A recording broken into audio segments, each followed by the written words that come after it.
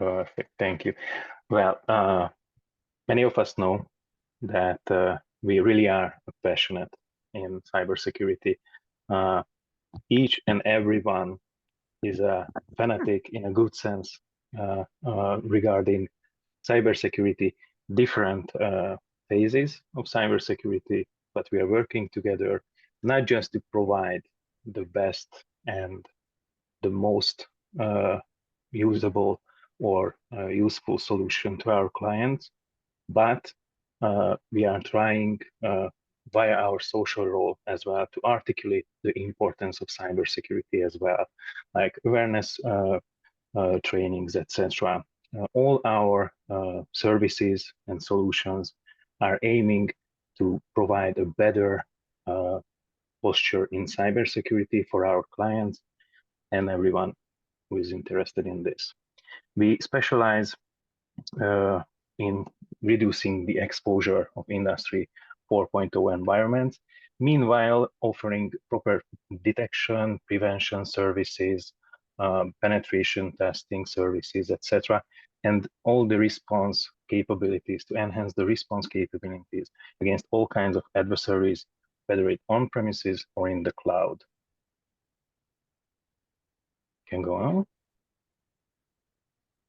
So basically, the story of Black Cell dates back to 2010, when the operation started with the integration business unit. Soon we realized that there is more into this field than providing hardware and software solutions and maintaining and supporting them. So in 2012, the offensive security unit started their operation. And after looking at the red side of life, soon the Security Operations Center as a service and as a solution came to life. Meanwhile, in 2015, a proprietary cyber threat intelligence development had started. Around the GDPR era, in 2018, the compliance business unit started their operation, providing GDPR audits, preparing for audits, ISO, etc. Crown jewel analysis came into picture later on, and currently for NIS2 preparations, DORA, etc. So everything compliance related, this unit can surely help. In 2019, we have enhanced our security specialization in ICS and OT fields. So basically, from on all the business units' knowledge regarding this specific sector had put together and got even more enhanced than before. In 2020, we dwelled into cloud security specialization, and by 2022, our Fusion Center came into life, which is an ecosystem that's integrating the different systems, and by this providing more visibility, agility, and a better response to incidents happen, and to enhance the capabilities of dealing with these incidents and preparing some other steps that might require to provide a better security posture here. We are aiming to not just have the knowledge, but have the required certifications as well. Our employees have vendor-specific certifications and independent certifications as well. Like, for example, from vendor side, Microsoft certifications, Palo Alto, Sophos, Splunk, Snyk certifications, of course, OPSWAT, Rapid7, Enable, etc. Regarding the independent certifications, we have CISSP, Certified Information System Security Professional, Certified Information System Auditor and Security Manager, Certified Ethical Hackers, Offensive Security Certified Professionals, and exploit developers, ELEARN Security Certified Pro Penetration Testers, Project Managers, and ISO-related certifications, lead auditors, and the ITIL4 Foundation Managing Professional Cert as well. And it's great to see that you work so fast to become Snyk implementation pros and are helping customers. Find the Absolutely. value we Snyk there. Excellent. That's right. That's right. We aim and crave for to provide these services. Excellent. So our business units are as follows. The Fusion Center, as I have told you before, is the core system for providing a better visibility and agility to incident response. The integration unit deals with hardware and software solutions, providing, maintaining, installing, fine-tuning them. The offensive security deals with anything and everything ethical hacking related, from open source intelligence gathering to red teaming and DevSecOps operations. Our compliance unit deals anything compliance related, like I mentioned before, crown jewel analysis, NIS2 preparations, etc. And we are a specialist in threat protection, acknowledged by Microsoft. We are a security solutions partner, so our cloud security is a top-notch service. And that's who we are. Excellent, And Peter. Thank you very much for that thanks to you. introduction. Thank you so And much. yes, and in the region, obviously, we're working very closely with Blackcell. But next, we wanted to introduce you actually to what Snyk was, in case you'd not heard of that before, and kind of why we're working together as well. So Snyk is a developer-first, cloud-native application security platform. Quite a terse statement in terms of information. So let me break that down. Developer first, because we want to treat developers as the primary user of the platform, helping them understand, prioritize, and remediate any security vulnerabilities in the application. Cloud native, because we know the way of working with cloud native applications is usually kind of GitOps, also DevOps, where lots of parts of that application and infrastructure are in the same Git repository, and we're also trying to release fast with automated pipelines and using these cloud services and infrastructure as code as well. Application security, because we're not endpoint security, we're not network security, we're looking at the composition of the application and helping developers make sure they understand and can fix the vulnerabilities. Now, we've actually been recognized in this category as leaders now. First starting from that visionary space or niche player, now you can see that Gartner recognizes us now in that leader square, as well as Forrester as well. So we've been recognized as pushing forward this developer first category, this application security category, and now are firmly leaders in this space as well. We hope to continue our trajectory as we improve and enhance the tools that we're working with and helping customers actually battle this constant battle of vulnerabilities in applications. But what are the constituents of the actual application? Well, to put it quite simply, anything in the purple box is a core capability of the platform. We've got Snyk Code, which is a static analysis tool that can look at the source code and can find vulnerabilities, but also helping developers understand how to fix them. We've got Snyk Open Source, an SCA tool that integrates into all the places you store and compile your code. And we're looking at the open source and seeing if it's vulnerable and how we can fix it as well. We've got Snyk Container that can look at Docker files, that can look at container images, whether on a registry or live, can find vulnerabilities and again, help you with remediation. And then we've got Snyk IAC in cloud, looking at your Terraform, your CloudFormation, your ARM templates to see when they don't fit within a particular security policy and how, again, you can remediate them.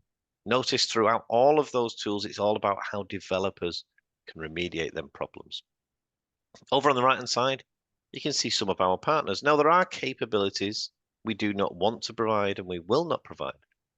When a customer of ours requires such capabilities, that's when we start to partner with the best in class there, such as StackCorp for DAST or Sysdig for those container runtime capabilities. Underneath that's really sitting our application intelligence, where we can see there's people in the industry license our intelligence. And that's people like Rapid7, Tenable, Trend Micro, Even AWS and Inspector use our database. And then security education. Now, we've got an extensive security education tool for developers, which surfaces actual contextual lessons as soon as developers find a certain type of vulnerability. Kind of gives them extra grounding, extra practical experience in solving these problems in and out of their existing day job. So that's really useful as well. So when we're thinking about security, it's not just one tool or one layer that we want to think of. We want to think about pillars, really, of security. And so far, we've kind of got defined these are the important pillars. There may be others, and there may be external tests that you want to add to this as well. But what we want to say is, if you've got your IT infrastructure, endpoint, and identity security all sorted, previously people thought that was all you needed. So your IT infrastructure, everything sorted, endpoint infrastructure, you've perhaps got a WAF on the front end blocking certain rules and blocking certain ways to interact with endpoints, and identity security, only authorized and authenticated people can actually get on your infrastructure. People presume that that was enough, but if the applications you are deploying on that infrastructure are vulnerable, either the open source or the code or the container or the infrastructure, then that can still be penetrated.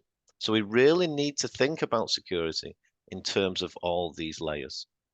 And that's what we're bringing with Snyk, that extra layer of security, but allowing your developers to be part of that effort.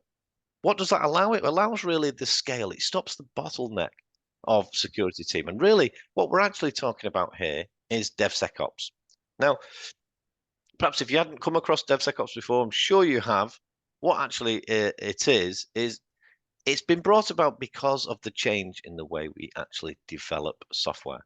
We've moved now from this waterfall method of understanding upfront requirements and teams working on a single unit to really a more independent, faster paced way of developing. Often we have different teams using different release cycles, perhaps even different stacks to make smaller application components that interact with each other through the APIs or through any other interface. And really, they're quite loosely coupled, both in terms of how they're versioned, what they're created with, and they really just code to that interface. And that means that developers really need to understand more about how to make those components secure. Also, the software supply chain has become increasingly complex. What we're finding here is that people are using more and more open source. That then makes it more complex because we have top level dependencies and transitive dependencies. We also have transitives of transitives of transitives. And sometimes these trees can go very deep. So to understand what you actually have is quite a task. Again, Snyk wants to help solve this problem. And also, lastly, now the cloud infrastructure is part of the code, usually within the same Git repository. And usually it gets generated and run in the CI/CD to see what's happening with that whole application. So we have to consider the infrastructure now when we're thinking about application and application logic. What this meant is that existing tools which rely on the whole development process to be done before they're tested in the audit the code or audit the infrastructure are too late in the process because we've already decided what our application's doing. We've already chosen our open source. We've already created our infrastructure. If we leave it until it's gone live, then it's too late. Often, that means that the tools that are being used by a security team and not developers require specialist knowledge in order to turn those reports into action. So then everybody said, okay, if we've got that problem, why don't we shift left this type of scanning? Now, great, we're doing it earlier, we're finding the problems earlier, but it's still the same report and the same tool. And that means that that same security expertise is required. So the security team will still be the bottleneck. So we thought, okay, the next iteration here was actually trimming down the rule sets, using simpler rule sets that would help the developers solve some of the problems. But then that caused a new problem in that the developers scanning their applications in the IDE would think everything's fine. It would then go through to the full code audit where the full rule set is implemented, and it had failed there anyway. So although we were getting rid of some vulnerabilities, the development and security team were working from a different rule set. This meant that we had too many tools. The reports were often conflicting or lacking clear ways to fix these vulnerabilities. And the security team was still being seen as that blocker. No, you can't go live. And that means we get conflicts between the developers and the security team. And that's not what we want. We want them to work together in that kind of way of working. So Snyk set about creating a tool. This modern approach where we're saying, we're not testing after we've finished development. Let's continue testing throughout the whole developer process. We don't want the reports to just be there for audit purposes. We actually want these reports to be fix-based, to be understood by developers, and to be really targeted to how to fix some of these problems. And we didn't want to think about code and infrastructure separately. It's all the same thing now. It's within the same repository in most cases. So holistically, we wanted to think about application security as everything within that Git repository. So what Snyk did, it created a set of tools that could scan all of these applications, but throughout the whole DevOps pipeline. So we can scan the code in the SCM tool. That's where a lot of our customers first scan. So they'll look for the code, open source, containers, and infrastructure as code within that SCM tool. But we also, when the developers are actually creating features and fixes within the IDE, we integrate there as well. When they're then creating pull requests to add back into the main repository, again, we can check those pull requests. We can look for things like the changes or the delta and say, has this developer in this feature or fixture added any new vulnerabilities? And should we stop that pull request if so? Then we go into CI/CD. And again, Snyk integrates there. We can just create reports. We can fail builds based off any of the scans that we run to make sure that no vulnerabilities are automatically promoted into live. And that's where we can bring together app developers, platform developers, and security teams by making sure the tools are used where they exist or where they work during the day anyway. And together, that brings that whole DevOps lifecycle back together. We've got developers who understand and can use the tools in order to fix the applications. We've got a security team using the same tools, and together they can work to make that application secure and live as soon as possible. And that's really what Snyk's doing. I think the next stage would be for me to show you a demo of how that works rather than any more slides. Yeah, just a quick thought here that basically the shift left philosophy, one could say, has to be implemented to elevate your DevOps to DevSecOps, basically, because let's say you run the security tests halfway during the development or at the very end. You know, Yeah. we are done with the application. Let's have a pen tester or team test it, and then we get like, let's say, a bigger number, 3,000 vulnerabilities. Good luck fixing them. But by implementing the shifting left philosophy and trying to put this into earlier stages, like for example, from the very beginning, you are basically consuming less resources on remediating these issues. So this helps resource allocation as well, not to mention that the workflow will be more smoother than before. Yeah, absolutely. It's Absolutely. been proven many times that actually addressing these problems earlier is cheaper. And the main reasons, like you say, Peter, are because the developers still have that context in their brains. I'm solving a problem. Oh, my tools told me I've done it a bit wrong. I can now change that rather than having to re-get that context in my brain, think about the logic of the program, and then they can fix it then and there. And that really helps. But also, like you're saying, it doesn't wait till the security team later has found it, and then they have to come back, be pulled off another sprint in order to address it. And they've already built the application logic, and they might have to spend a lot of time trying to fix it. So shift left is really important. Yeah, but it's also about having that same tool for developers and for security team. Thank you, Peter.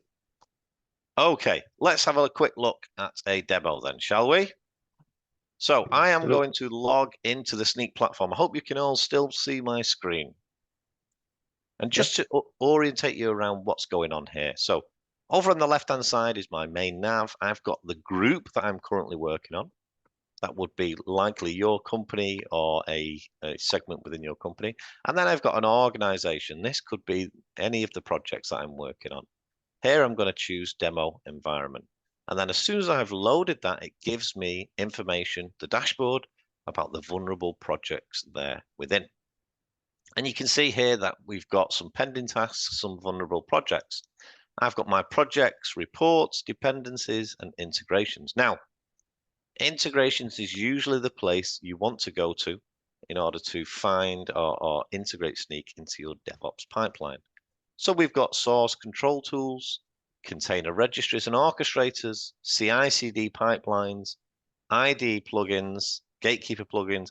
There's lots of integrations that you can find yourself by logging into Snyk. But one of the most important ones is the source control tool. That's where, when especially we've got existing applications, we want to understand the base state and we want to scan an application. So to scan something from GitHub, I'd click on one of the integrations and choose which application I wanted. Incidentally, we can just do a bulk import and import everything as soon as it's loaded. That is, should have some holding music. This is Some coming from, elevator music like in the movies, you mean? yes, exactly, exactly. This is supposedly coming from the GitHub API, this part though, Yeah, that's and right. that's usually very fast, so hopefully it's not down. I'm gonna check it. In fact, let me cancel that and try again. Add project.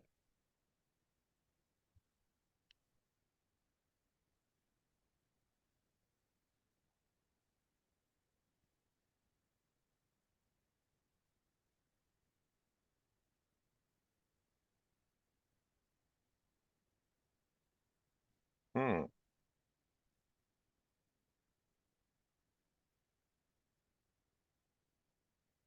In the meanwhile, just some additional info to the integrations that if you require an integration that currently not present or not supported, you can anytime ask Snyk to try to implement that integration, and the devs will look into the matter and they will fulfill your request as soon as possible. Yeah, absolutely. And now that we've purchased Enso Security, which is our ASPM, building connectors is even simpler. So I've got some loaded here from my old one. Oh, there we go. We've just loaded it. Fantastic. And I'm going to select one of the projects. You can select them all. And I'm going to scan that. Now, what happens is we go over to the GitHub API and we scan or look for each of these 4 layers. And we build a report around each of those 4 layers, which helps the developer understand in depth what's going on in that project. So we can see here that I've actually created those 4 reports. We've got a code analysis, that's the static analysis scan. We've got a package.json scan, that would be pom.xml, requirements.txt, dependent on which language you are using, we detect which one you require. And then we go to find the Docker file, if there is one, and then any infrastructure as code or Kubernetes manifest files we scan as well. Now, if you're a developer, probably the thing that you're most interested in would be the code that you're writing. So let me show you what Snyk shows you around static analysis scanning. And this, what I'm going to tell you about this report is followed through with generally all Snyk reports. The first thing, the kind of 3 things we want to do, we want to prioritize what you're going to see, help you with remediation, and then help you with education. Now, I'm going to give you a little warning, everybody on the call. If anyone can see this NoSQL injection problem, I want you to tell me how you would fix it. So let's look at this NoSQL injection problem. As a developer, I click on full details, and then I can step through the code to see actually what the problem is. So what we're doing here is we've got a function that's receiving a request. The request is going in username through to email validator, and then the request username and password is then sent into a user.find. Anyone on the call know what the problem is here? We'll have a quick minute to see if we can see any answers coming in the chat. I know it's early morning for everybody, so you might not have the answers. Okay, let me explain the answer to you then. What's actually happening here is we're receiving information from the request. We're expecting it to be strings, but we're not requiring it to be strings. So what can actually happen in this user find is when I put a string in the username and a string in the password, it will all work perfectly. But what I can actually do is put an object in the username and an object in the password. And what that can do, that can insert logic where we're not expecting logic. And this user.find could be something like username equals admin and password equals not equals tree or lake. And that means we'd get back any users with the name of admin where the password doesn't equal lake. So we're effectively turning around what that user find should do to make sure we always get user length greater than 1, greater than 0, and that way we're admin login success. So we can actually log in as admin by knowing nothing but injecting logic into a find. If I then go to the fix analysis, it'll tell us about NoSQL injection a little bit and also show us examples of how other developers have fixed it. Quite simple, cast it to a string. Therefore, it's no longer an object, and we can no longer insert any vulnerable or function to make it vulnerable. And we've got a few more examples as well. What we're really showing you here is helping the developer not just with information about what is NoSQL injection, but also showing the developer how other developers have addressed that problem. Added to that, we also have that contextual lesson I mentioned previously, where we can go through and do a NoSQL attack lesson. And here, as you see, we scroll down, we can actually start it. It's a practical lesson. We can learn more about NoSQL injection under the hood. We can learn how to hack these types of vulnerabilities and then prevent them further down as well. And incidentally, what happens with these lessons is we have lots of different learning paths that you can go down. So security for developers, Snyk top 10, OWASP top 10, and we actually grade or manage the completion of these tasks. So you can see if your development team is actually using these, passing them, and therefore becoming better at security. So imagine we can fix this one now. We've got a few more NoSQL injections here, hard-coded secrets, allocation of resources without throttling, just to understand. Again, you've got that contextual lesson to help you. So this is how you would address the problems in static analysis.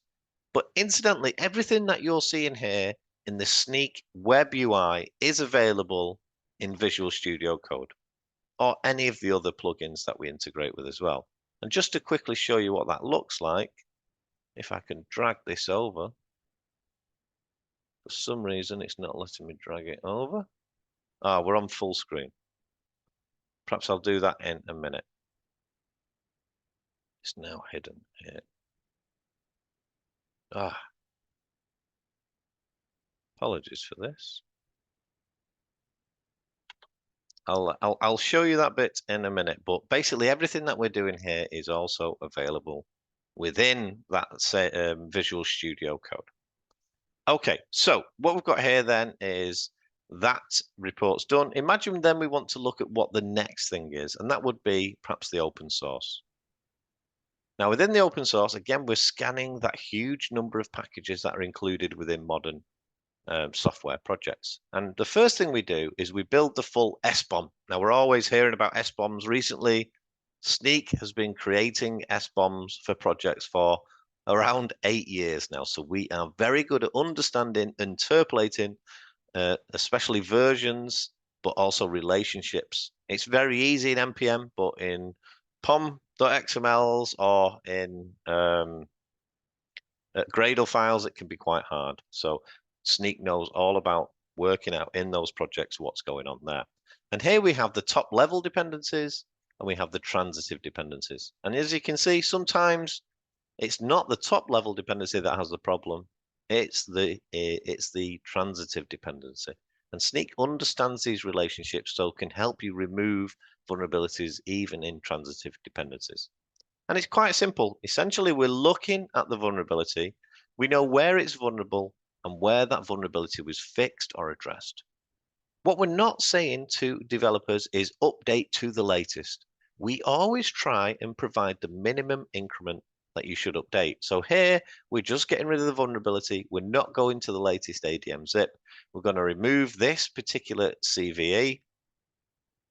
And as you can see, if I click this button, I can go and create a pull request that automatically fixes that vulnerability.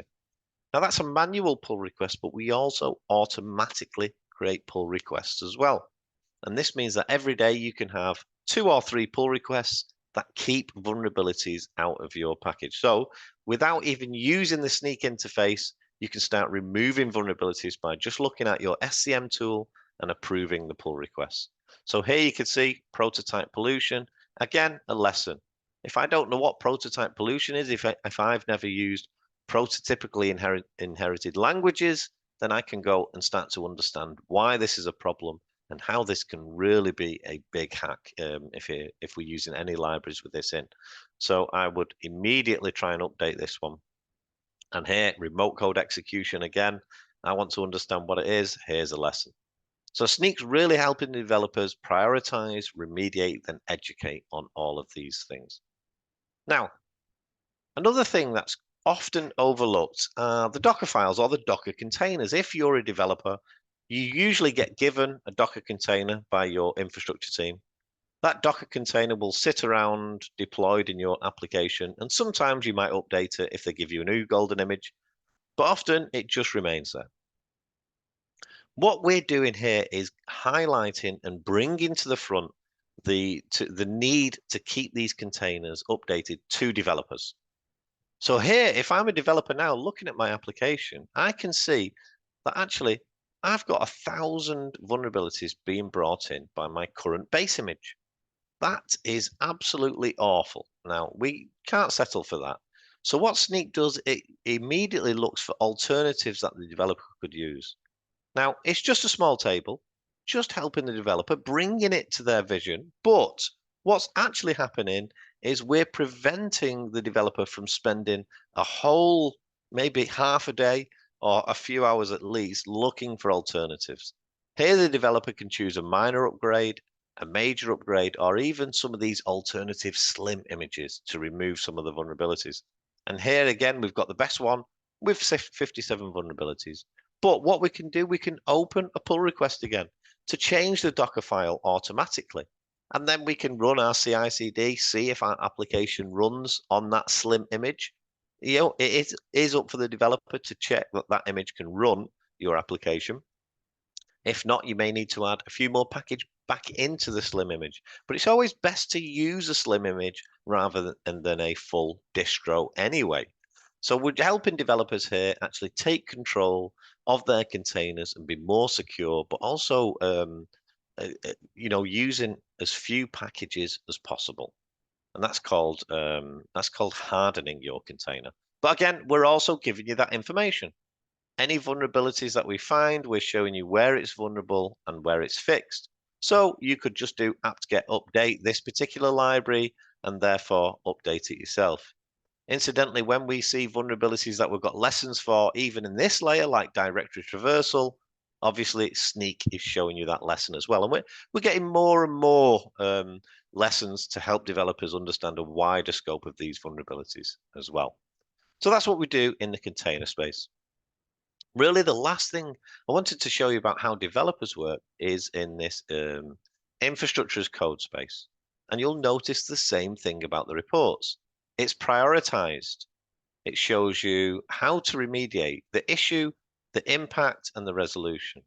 But it also, again, shows you that education piece. What's the problem when containers do not drop all default capabilities? Again, bringing developers into that understanding the infrastructure as code space, which they've found, hard typically. And that's why cloud configuration issues are the #1 security vulnerability now in applications. So we're helping the developers understand this. But this is being graded against an infrastructure as code policy that the security team or the compliance team are writing themselves. So here you can see we've got a good set of rules. You can also add your own rules into this. And it uses Open Policy Agent Riga rules. And we can see here, I can set anything that happens here. Now, because Snyk's integrated into a lot of different places, you can imagine what happens when I change a policy item here. Well, what actually happens is if I can just make this. What actually happens is if I change this item to medium or high, the next time I scan, and this is where I'll bring up my actual scan on Visual Studio Code, the next time I scan my infrastructure on Visual Studio Code, it will actually call to that new policy. So I might have started work in the morning. I scanned my infrastructure as code and everything's fine. I've got no vulnerabilities. Then one of my compliance or security team changes that policy. We need to check for something else. We need to add something else into there. My next scan as a developer on my local machine will look at that policy and bring that to my local machine, truly shifting left that change in policy. What will also happen is the next scan in the SCM tool will look at that policy. So the next daily scan will find that. Also, the next CI/CD run that's looking at the infrastructure as code will fail because it's now looking at the new policy, making sure that insecure infrastructure doesn't get promoted to live. So because we've got this single policy, for AWS, Azure, GCP, and plain vanilla Kubernetes, we can ensure that that policy is applied throughout the whole DevOps pipeline. And that is unique currently in the industry, that single policy for all tools, really helping developers shift left and fix things as early as possible. And you can see here, we've got open source, code security. So if I wanted to show you the same thing as before, I'm looking at a certain vulnerability, I can step through the code. I've got examples of how other people have fixed it as well. So we're really helping the developers shift left in what they're doing there. Now, added to that, we've also got for the security compliance team, things like policies, license policies and security policies, which allowing the developers to take information from that security and compliance team, and they can set them to be anything they want. So open source licenses are very important. We don't want any copyleft licenses in our application, so we have them as high. We want all the permissive licenses in our application, so these are all none. So anything, the Apache, the BSDs are the ones we want. But I can go and create different policies, such as an internal policy here, where I say, don't tell the developers about licenses because we don't care. It's not commercial software. Therefore, we can use copyleft. And really what we're trying to do there is allow us to craft and reduce that noise that developers are seeing for projects that they don't need to see this type of information. Again, Snyk starts with a very good default security policy, but I can go and add individual rules that change the behavior of that policy, but I can also create new policies as well. You can see here, I've got some different policies that I've applied to different projects. So what we're allowing then is that that configuration or that honing of the experiences that the developers are seeing. We're allowing the teams in development and security to work together. And we're also allowing really that whole DevSecOps lifecycle to be managed from that single platform, even down to the live cloud resources. Now, before we kind of wrap this up or look for some questions, what I'll actually do is give you a quick insight, which is quite funny when you hear the name of this product, into Snyk's new product called Insight. And what we're doing here is we're starting to think more holistically about the application in its whole life cycle. Now, you can imagine if I am coming to this business called Goof, which has 139,000 vulnerabilities, I may be in a bit of a problem into trying to understand what types of problem that would be. Oh, I think this here. Did anyone read about the new vulnerability being found The Google last Chromium night? one, right? Yes. Well, it's wider than Google Chromium actually. I'm Yeah. thinking with a score of 1,000, that could be it because it was the very first CVSS 10 I've seen in a while. Oh no, this is Log4Shell. This is still Log4Shell. It's gone up in score for some reason, so there must be some activity on that. But yeah, we've got a whole new vulnerability coming out at the moment, which I'm just ready to read about as soon as possible. Anyway, we're at the reports. We've got 139,000. Me as a developer or security team professional, how do I understand what's the most important things? So what Snyk's bringing now is a product called Insights. This is true ASPM or Application Security Posture Management, where we're not only looking at a piece of code, we're actually looking at the code in terms of its business context. Where is it deployed? Is it an important deployment? Does it have PII data? Is it part of a payment gateway? And starting to think, actually, if we've got that business context, how can we further show the developers what they need to do and where they need to spend their time? So what we do here is we're looking at 139,000 open issues. Which of those are actually detected on a container operating system? Therefore, they're not just code, they've been enacted and created on a container. So that immediately cuts us down to 24,000. Which of those container images, though, that we've scanned is actually deployed into a container instance? So now we know there's only 2,000 of those vulnerabilities deployed on a running container. Then of these, which of those containers is on a pod or a Kubernetes cluster with open ingress to the web? Which ones can be reached by an attacker or by a customer where they're supposed to be reached? And therefore, we can filter that down now to 1,323. Now, that is still a lot of vulnerabilities, but it's a manageable problem. And we're understanding that, yes, we want all 139,000 fixed, but which are the most critical for us to fix now? And understanding that whole application security posture management piece, where I should spend my time is in these 1,300. So I've filtered down to them now. I understand I've got a prioritized list of these vulnerabilities that I need to attack. I know which project that's in, and I can look at the evidence graph to see how we've detected that. And it will tell me when it loads that it's a criticality, it's on this container image, which is deployed here on this service with this open ingress. So I know exactly now from that evidence graph that this is something I need to fix. I've got a buffer overflow problem, and then I can go and address that, understand exactly what that problem is, and it's in this container image, and perhaps I could just update that container image in order to go and fix it as well. Or I could just update that individual package.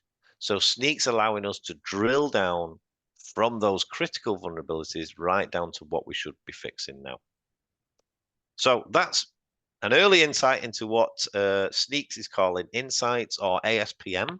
It comes partly from our work and partly from an acquisition, and we're ready to try this with customers who feel that they could perhaps have a big backlog or they have a lot of legacy applications, and we can build that in to start to say, okay, this is where we need to spend our time removing them vulnerabilities. Okay, Peter, I think we've gone through the whole demo now. What we really want to say is on terms of the next steps, we have a few things that we could do. That's right. So basically, when you feel the need to enhance your development lifecycle or anything here catched your interest, we are and Snyk are at your disposal. So basically, we can help you with implementing a DevSecOps blueprint, supporting it, implementing it. Same goes for the platform as well. We will cover you from the very beginning to the fully automated solutions. Also, if you have any questions later on, we are still at your disposal. Feel free to reach out and we will answer as soon as possible your questions. Absolutely. Email or LinkedIn, That's you fine. can get in touch with us. Black Cell are absolutely our experts in the region. Please go and speak to Peter or any of his teammates just to get that initial discovery. You know, can we try Snyk? Do you think Snyk can help us with any of our application security woes? And you know, how soon can we get going, kind of thing. That's right. And we'll all be there ready to help you. Yeah, that's right. The tryout, yeah, you can try out the basic functions for free. Yeah. But if you get a taste and really want to have the bee's knees, then a POC is available and we are at your disposal. So we can show you Excellent. things that can change your work life and personal life as well on good days. Yes. Having Absolutely. some time off at the weekends is good That's right. if you're That's right. covered. Excellent. Well, thank you very much. I'm off to go and read now about that new vulnerability that's been disclosed and see how many of our customers have been affected and get some early notifications out. I think they've been going out all night actually. Yeah, I'm just catching up because I'm on the early shift. And yes, any questions? I don't see any at the moment, but if there are any, please get in okay. touch. The recording will be available. And yes, sign up That's to your right. free Snyk account or get in touch with Peter at Black Cell. Thanks That's very right. much, everybody. Thank you. Have a wonderful day. See you, everyone. Bye bye. See ya. Bye bye.